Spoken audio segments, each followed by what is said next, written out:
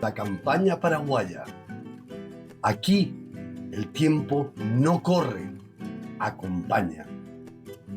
La tierra huele a vida y el sol sale sin hacer ruido.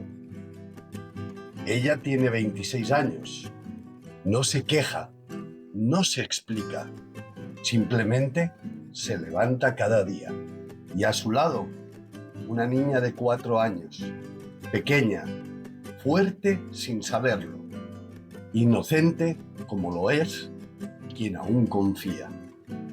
Aquí no hay horarios escritos. La vida se organiza entre el fuego, el agua y las manos. Manos que trabajan sin aplausos, manos que cuidan, manos que sostienen dos mundos a la vez.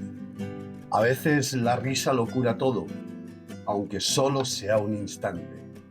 Y en esa risa vive la esperanza. A miles de kilómetros hay alguien que ama en silencio, un hombre que ayuda, que sostiene, un hombre que aún cree. Pero el amor no hace ruido, y cuando no hace ruido, parece que no existe.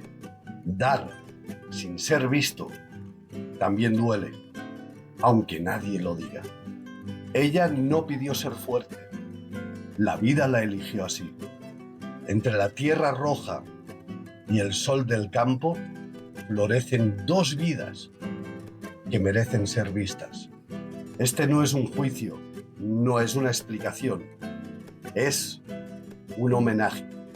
Un homenaje a las madres que resisten, un homenaje a los hijos que iluminan y un homenaje a los amores que existen, aunque nadie los nombra. Che gusta Paraguay. Sígueme en el canal, dale like y comparte.